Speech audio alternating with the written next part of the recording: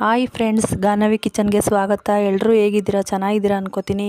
ಇವತ್ತಿನ ರೆಸಿಪಿ ಗೋಧಿ ದೋಸೆ ಹೇಗೆ ಮಾಡೋದು ನೋಡೋಣ ಬನ್ನಿ. ನೀವೇನಾದರೂ ಇದೆ ಫಸ್ಟ್ ಟೈಮ್ ನಮ್ಮ ಚಾನಲ್ ನೋಡ್ತಿದ್ರೆ ಸಬ್ಸ್ಕ್ರೈಬ್ ಮಾಡ್ಕೊಂಡು ನೋಡಿ. ನಾವು ಹಾಕೋ ವಿಡಿಯೋ ನೀವೇ ಫಸ್ಟ್ ನೋಡ್ಬೋದು. ಪಕ್ಕದಲ್ಲೇ ಕಾಣ್ತಿರೋ ಬೆಲ್ ಬಟನ್ ಕ್ಲಿಕ್ ಮಾಡಿ, ಆಲ್ ಅಂತ ಆಪ್ಷನ್ ಬರುತ್ತೆ, ಆಲ್ ಅಂತ ಕ್ಲಿಕ್ ಮಾಡಿ ನಾವು ಹಾಕೋ ವಿಡಿಯೋ ಎಲ್ಲ ನೀವೇ ಫಸ್ಟ್ ನೋಡ್ಬೋದು. ಬೆಳಗಿನ ತಿಂಡಿಗೆ ಈಸಿಯಾಗಿ ಮಾಡ್ಕೋಬೋದು ಈ ಗೋಧಿ ದೋಸೆ. ನೀವು ಒಂದ್ಸಲ ಟ್ರೈ ಮಾಡಿ, ಹೇಗೆ ಬಂತು ಅಂತ ಕಮೆಂಟ್ ಮಾಡಿ. ಬನ್ನಿ ಇವಾಗ ಗೋಧಿ ದೋಸೆ ಹೇಗೆ ಮಾಡೋದು ನೋಡೋಣ. ನಾನಿಲ್ಲಿ ಒಂದು ಮಿಕ್ಸಿಂಗ್ ಬೌಲ್ ತೊಗೊಂಡಿದ್ದೀನಿ. ಇದಕ್ಕೆ 3 ಕಪ್ಪಷ್ಟು ಗೋಧಿ ಹಿಟ್ಟು ಸೇರಿಸ್ಕೊತಾ ಇದ್ದೀನಿ. 3 ಕಪ್ಪು ಗೋಧಿ ಹಿಟ್ಟು ತೊಗೊಂಡ್ರೆ ಒಂದು 20ರಿಂದ 22 ಗೋಧಿ ದೋಸೆ ಆಗುತ್ತೆ. ನೀವೇನಾದರೂ ಕಮ್ಮಿ ಮಾಡ್ಕೊಳಗಿದ್ರೆ 1 ಕಪ್ಪು 1.5 ಕಪ್ಪು ಆ ಥರ ಸೇರಿಸ್ಕೋಬೋದು. ನಾನಿಲ್ಲಿ 3 ಕಪ್ಪಷ್ಟು ಗೋಧಿ ಹಿಟ್ಟು ತೊಗೊಂಡಿದ್ದೀನಿ. ಗೋಧಿ ಹಿಟ್ಟು ನಾನಿಲ್ಲಿ ನೀಟಾಗೆಲ್ಲ ಜರಡಿ ಮಾಡಿ ತೊಗೊಂಡಿದ್ದೀನಿ. ಇವಾಗ ರುಚಿಗೆ ತಕ್ಕಷ್ಟು ಉಪ್ಪು ಸೇರಿಸ್ಕೊತಾ ಇದ್ದೀನಿ. ಇದಕ್ಕೆ ಸ್ವಲ್ಪ ಒಂದು 1/4 ಟೀ ಸ್ಪೂನಷ್ಟು ಅಡುಗೆ ಸೋಡಾ ಸೇರಿಸ್ಕೊಬೇಕು. ಇದನ್ನೆಲ್ಲ ಸೇರಿಸ್ಕೊಂಡು ಒಂದ್ಸಲ ನೀಟಾಗಿ ಮಿಕ್ಸ್ ಮಾಡ್ಕೊಬೇಕು. ನೋಡಿ, ಇವಾಗ ಉಪ್ಪು ಮತ್ತು ಅಡುಗೆ ಸೋಡಾ ಎರಡೂ ಸೇರಿಸ್ಕೊಂಡಿದ್ದಾಯಿತು. ಒಂದ್ಸಲ ಈ ಥರ ನೀಟಾಗಿ ಮಿಕ್ಸ್ ಮಾಡ್ಕೊಂಬಿಡ್ಬೇಕು. ನೋಡಿ, ಇವಾಗ ಮಿಕ್ಸ್ ಮಾಡ್ಕೊಂಡಿದ್ದಾಯಿತು. ಒಂದು ಸ್ವಲ್ಪನೇ ನೀರು ಹಾಕ್ಕೊಂಡು ನಾವು ದೋಸೆ ಹಿಟ್ಟು ಅದಕ್ಕೆ ನಾವು ಕಲಿಸ್ಕೊಬೇಕು. ನೀವು ಈ ಥರ ಸ್ವಲ್ಪನೇ ನೀರು ಹಾಕ್ಕೊಂಡು ಒಂದು ಗಂಟಿಲ್ದಂಗೆ ನೀಟಾಗಿ ಕಲಿಸ್ಕೊಬೇಕು. ನೋಡಿ, ಈ ಥರ ಸ್ವಲ್ಪನೇ ನೀರು ಹಾಕ್ಕೊಂಡು ಒಂದು ಗಂಟಿಲ್ದಂಗೆ ಕಲಿಸ್ಕೊಳ್ಳಿ. ಫ್ರೆಂಡ್ಸ್, ಈ ಗೋಧಿ ದೋಸೆ ಅಂತೂ ತುಂಬ ರುಚಿಯಾಗಿರುತ್ತೆ, ತುಂಬ ಟೇಸ್ಟಿಯಾಗಿರುತ್ತೆ. ಯಾವಾಗೂ ನಾವು ಮಾಡ್ಕೋಬೋದು. ಮಕ್ಕಳು ಅಷ್ಟೇ ತುಂಬ ಇಷ್ಟಪಟ್ಟು ತಿಂತಾರೆ. ನೋಡಿ, ಈ ಥರ ಕಲಿಸ್ಕೋಬೇಕು. ಒಂದು ಗಂಟೆ ಇರಬಾರ್ದು. ದೋಸೆ ಹಿಟ್ಟು ಅದಕ್ಕಿದ್ರೆ ಸಾಕು, ಗೋಧಿ ದೋಸೆ ತುಂಬ ಚೆನ್ನಾಗಿ ಬರುತ್ತೆ. ನೋಡಿ, ಇವಾಗ ಗೋಧಿ ಹಿಟ್ಟೆಲ್ಲ ನೀಟಾಗಿ ಈ ಥರ ಕಲಿಸ್ಕೊಂಡಿದ್ದಾಯಿತು. ಇಷ್ಟಿದ್ರೆ ಸಾಕು, ನೀಟಾಗಿ ದೋಸೆ ಬರುತ್ತೆ. ನಾನಿಲ್ಲಿ ಇದಕ್ಕೆ ಕೊತ್ತಂಬರಿ ಸೊಪ್ಪು ಒಂದು ಸೇರಿಸ್ಕೊತಾ ಇದ್ದೀನಿ. ನಿಮಗೆ ಇಷ್ಟ ಆದರೆ ಹಸಿರು ಮೆಣಸಿನ್ಕಾಯಿ ಬೇಕಾದ್ರೂ ಸೇರಿಸ್ಕೊಬೋದು.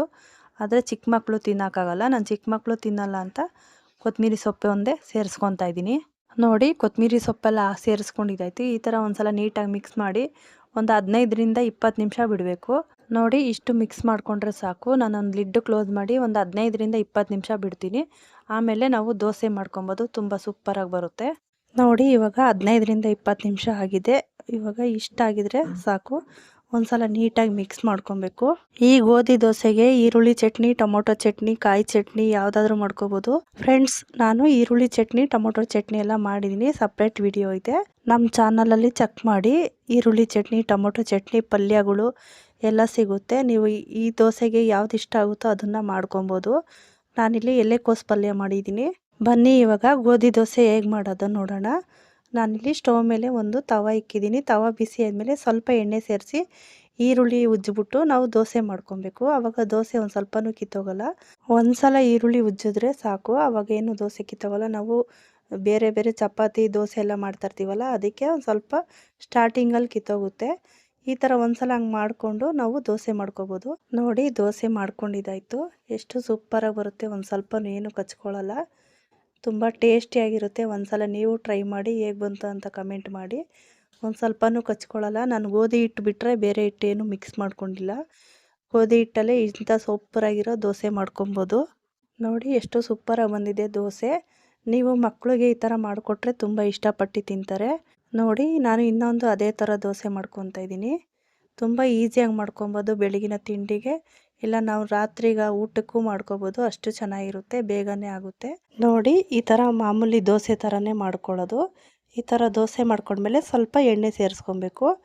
ಎಣ್ಣೆ ಸೇರಿಸ್ಕೊಂಡಿದ್ದಾದಮೇಲೆ ಎರಡೂ ಕಡೆನೂ ನಾವು ಬೇಯಿಸ್ಕೋಬೇಕು. ಒಂದು ಕಡೆ ಬೆಂದಿದೆ, ಇವಾಗ ಇನ್ನೊಂದು ಕಡೆನೂ ನಾನು ತಿರುವಾಕಿ ಬೇಯಿಸ್ಕೊತೀನಿ. ನೋಡಿ, ಎಷ್ಟು ಚೆನ್ನಾಗಿ ಬೆಂದಿದೆ. ಒಂದು ಸ್ವಲ್ಪನೂ ಕಚ್ಕೊಳ್ಳಲ್ಲ. ಇವಾಗ ಒಂದು ಕಡೆ ಆಗಿದೆ. ಇವಾಗ ಎರಡೂ ಕಡೆನೂ ನೋಡಿ ಎಷ್ಟು ನೀಟಾಗಿ ಬೆಂದಿದೆ.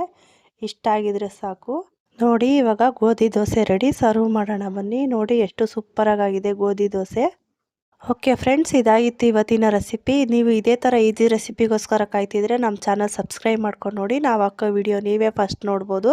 ವಿಡಿಯೋ ಇಷ್ಟ ಆಗಿದ್ರೆ ಒಂದು ಲೈಕ್ ಕೊಡಿ. ಫ್ರೆಂಡ್ಸು ಫ್ಯಾಮ್ಲಿಗೆ ಶೇರ್ ಮಾಡಿ. ಫ್ರೆಂಡ್ಸ್, ನಮ್ಮ ಚಾನಲಲ್ಲಿ ಒಳ್ಳೊಳ್ಳೆ ರೆಸಿಪಿ ಇದೆ. ನಿಮಗೆ ಟೈಮ್ ಇದ್ದರೆ ಒಂದ್ಸಲ ಚೆಕ್ ಮಾಡಿ. Thanks for watching. Bye. Hi friends, Ganavi ಕಿಚನ್ಗೆ ಸ್ವಾಗತ. ಎಲ್ಲರೂ ಹೇಗಿದ್ದೀರಾ? ಚೆನ್ನಾಗಿದ್ದೀರಾ ಅನ್ಕೋತೀನಿ. ಇವತ್ತಿನ ರೆಸಿಪಿ ರವೆ ದೋಸೆ ಹೇಗೆ ಮಾಡೋದು ನೋಡೋಣ ಬನ್ನಿ. ನೀವೇನಾದರೂ ಇದೆ ಫಸ್ಟ್ ಟೈಮ್ ನಮ್ಮ ಚಾನಲ್ ನೋಡ್ತಿದ್ರೆ ಸಬ್ಸ್ಕ್ರೈಬ್ ಮಾಡ್ಕೊಂಡು ನೋಡಿ. ಪಕ್ಕದಲ್ಲೇ ಇರೋ ಬೆಲ್ ಬಟನ್ ಕ್ಲಿಕ್ ಮಾಡಿ ಆಲ್ ಅಂತ ಆಪ್ಷನ್ ಬರುತ್ತೆ, ಆಲ್ ಅಂತ ಕ್ಲಿಕ್ ಮಾಡಿ ನಾವು ಹಾಕೋ ವಿಡಿಯೋ ನೀವೇ ಫಸ್ಟ್ ನೋಡ್ಬೋದು. 1 ಕಪ್ ರವೆ ಇದ್ರೆ ಸಾಕು, ಈ ರವೆ ದೋಸೆ ಮಾಡ್ಕೋಬೋದು. ಹೇಗೆ ಮಾಡೋದು ನೋಡೋಣ ಬನ್ನಿ. ನಾನಿಲ್ಲಿ ಒಂದು ಮಿಕ್ಸಿಂಗ್ ಬೌಲ್ ತೊಗೊಂಡಿದ್ದೀನಿ. ಇದಕ್ಕೆ 2 ಕಪ್ ಅಷ್ಟು ರವೆ ಸೇರಿಸ್ಕೊತಾ ಇದ್ದೀನಿ. ಬೆಳಗಿನ ತಿಂಡಿಗೆ ತುಂಬ ಈಸಿಯಾಗಿ ಈ ರವೆ ದೋಸೆ ಮಾಡ್ಕೋಬೋದು. ನೀವು ಒಂದ್ಸಲ ಟ್ರೈ ಮಾಡಿ ನೋಡಿ. ಈ ಕಪ್ಪಲ್ಲಿ 2 ಕಪ್ ಅಷ್ಟು ರವೆ ತೊಗೊಂಡಿದ್ದೀನಿ. ಒಂದು 1/4 kg ಒಂದು ಸ್ವಲ್ಪ ಜಾಸ್ತಿ ಐತೆ. 2 ಕಪ್ ಅಷ್ಟು ರವೆ ಸೇರಿಸ್ಕೊಂಡಿದ್ದಾಯಿತು. ಇದು ಮುಳುಗೋ ಅಷ್ಟು ನೀರು ಸೇರಿಸ್ಕೊಂಡು ಒಂದು 10 ನಿಮಿಷ ಹಾಗೆ ಬಿಡಬೇಕು.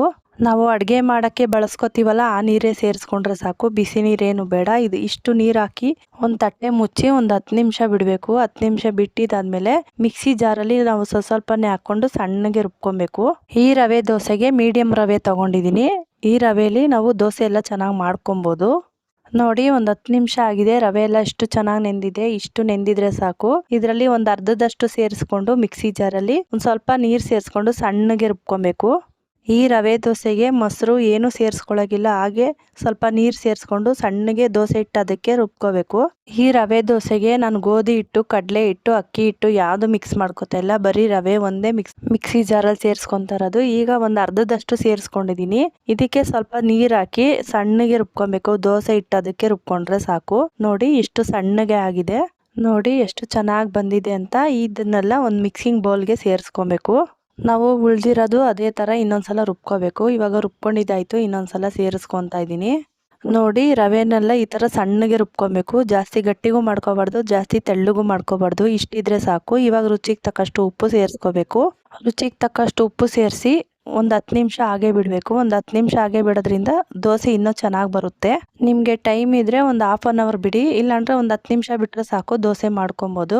ಈ ದೋಸೆ ಹಿಟ್ಟಿಗೆ ನಾನು ಸೋಡಾ ಏನು ಸೇರಿಸ್ಕೊತಾ ಇಲ್ಲ. ಈಗ ಒಂದು ತಟ್ಟೆ ಮುಚ್ಚಿ ಒಂದು 10 ನಿಮಿಷ ಬಿಟ್ಟರೆ ಸಾಕು.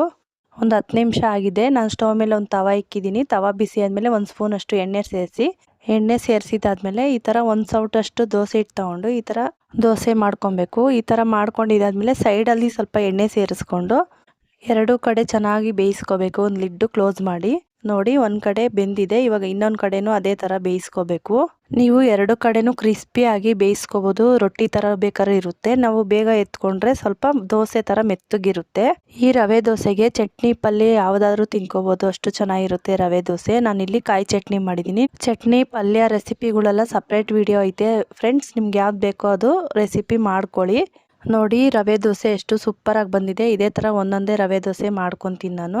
ನೋಡಿ, ಬೆಳಗಿನ ತಿಂಡಿಗೆ ಈಸಿಯಾಗಿ ಮಾಡ್ಕೋಬೋದು ಈ ರವೆ ದೋಸೆ ರೆಡಿ. ಸರ್ವ್ ಮಾಡೋಣ ಬನ್ನಿ. ನೋಡಿ, ಎಷ್ಟು ಸೂಪರಾಗಿ ಬಂದಿದೆ ರವೆ ದೋಸೆ, ಎಷ್ಟು ತೆಳ್ಳಗೆ ಬಂದಿದೆ. ನೀವು ಕ್ರಿಸ್ಪಿಯಾಗಿ ಬೇಕಾದ್ರೂ ಮಾಡ್ಕೋಬೋದು, ಈ ಥರ ಆದರೂ ಮಾಡ್ಕೋಬೋದು. ತುಂಬ ರುಚಿಯಾಗಿರುತ್ತೆ. ಈ ರವೆ ದೋಸೆ ಅಂತೂ ಕಾಯಿ ಚಟ್ನಿಗೆ ಒಳ್ಳೆ ಕಾಂಬಿನೇಷನ್ ಅಂತ ಹೇಳ್ಬೋದು, ಅಷ್ಟು ರುಚಿಯಾಗಿದೆ. ನೀವು ಒಂದ್ಸಲ ಟ್ರೈ ಮಾಡಿ ಹೇಗೆ ಬಂತು ಅಂತ ಕಮೆಂಟ್ ಮಾಡಿ. ಓಕೆ ಫ್ರೆಂಡ್ಸ್, ಇದಾಗಿತ್ತು ಇವತ್ತಿನ ರೆಸಿಪಿ. ನೀವೇನಾದರೂ ಇದೇ ಥರ ಈಜಿ ರೆಸಿಪಿಗೋಸ್ಕರ ಕಾಯ್ತಿದ್ರೆ ನಮ್ಮ ಚಾನಲ್ ಸಬ್ಸ್ಕ್ರೈಬ್ ಮಾಡ್ಕೊಳ್ಳಿ. ನಾವು ಹಾಕೋ ವಿಡಿಯೋ ನೀವೇ ಫಸ್ಟ್ ನೋಡ್ಬೋದು. ಪಕ್ಕದಲ್ಲೇ ಇರೋ ಬೆಲ್ ಬಟನ್ ಕ್ಲಿಕ್ ಮಾಡಿ ಆಲ್ ಅಂತ ಆಪ್ಷನ್ ಬರುತ್ತೆ, ಆಲ್ ಅಂತ ಕ್ಲಿಕ್ ಮಾಡಿ ನಾವು ಹಾಕೋ ವಿಡಿಯೋ ನೀವೇ ಫಸ್ಟ್ ನೋಡ್ಬೋದು. ಈ ರೆಸಿಪಿ ಇಷ್ಟ ಆಗಿದ್ರೆ ಒಂದು ಲೈಕ್ ಕೊಡಿ, ಫ್ರೆಂಡ್ಸು ಫ್ಯಾಮಿಲಿಗೆ ಶೇರ್ ಮಾಡಿ. ಇದೇ ಥರ ಈಜಿ ರೆಸಿಪಿಗೋಸ್ಕರ ಕಾಯ್ತಿದ್ರೆ ನಮ್ಮ ಚಾನಲ್ ಸಬ್ಸ್ಕ್ರೈಬ್ ಮಾಡ್ಕೊಂಡು ನೋಡಿ. Thanks for watching, bye.